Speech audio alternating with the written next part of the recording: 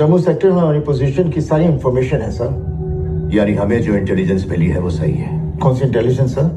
इस सेक्टर में ऐसे 2 पॉइंट्स हैं जहां से दुश्मन के लिए जम्मू कश्मीर पहुंचना सबसे आसान है। शकरगढ़ बल्ज और मनोवर तवी के वेस्ट पे cease fire line.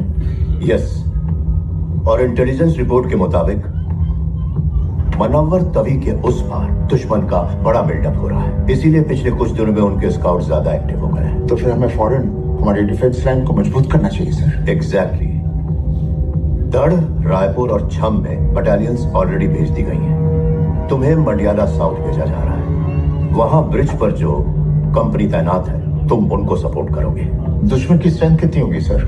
1 infantry division supported by 1 armoured regiment. I know Fateh, इतनी बड़ी फोर्स को रोकने के लिए और ट्रूप्स चाहिए, लेकिन हेडक्वार्टर्स का फोकस ईस्टर्न फ्रंट पे।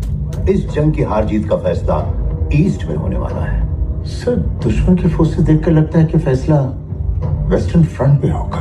This is all we have Fateh. अगर उन्होंने मनव्वर तवी को पार कर लिया तो बहुत जल्द वो जम्मू और फिर श्रीनगर पहुंच। ऐसा नहीं होगा सर। आंदोलनों अच्छी तरह ना खातिरदारी करांगे। अब ना फैसला ईस्ट में होगा ना वेस्ट में, फैसला यहां होगा। मेरे ख्याल से 2 बटालियन से ज्यादा भेजना मुनासिब नहीं होगा। लेकिन जनरल यासी ने पूरी डिवीजन की दरख्वास्त की है और एयर सपोर्ट भी। पूरी की पूरी डिवीजन अगर ईस्ट पाकिस्तान भेज देंगे तो यहाँ जंग कैसे फतेह करेंगे जनरल साहब? तो यूं ही बैठे रहे सर, हिंदुस्तानी मोबिलाइज कर रहे हैं वहां। जिस कौम से लड़ने जा रहे हो उसकी साइकोलॉजी समझो। हमें इंडियन आर्मी इसमें बॉर्डर पार करने की जरूरत कभी नहीं करेगी।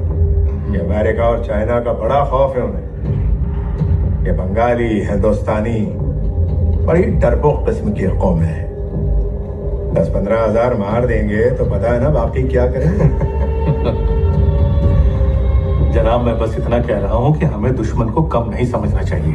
दुश्मन कितना भी बहादुर क्यों ना हो, स्ट्रैटेजी सही हो तो उसे भी मात दी जा सकती है।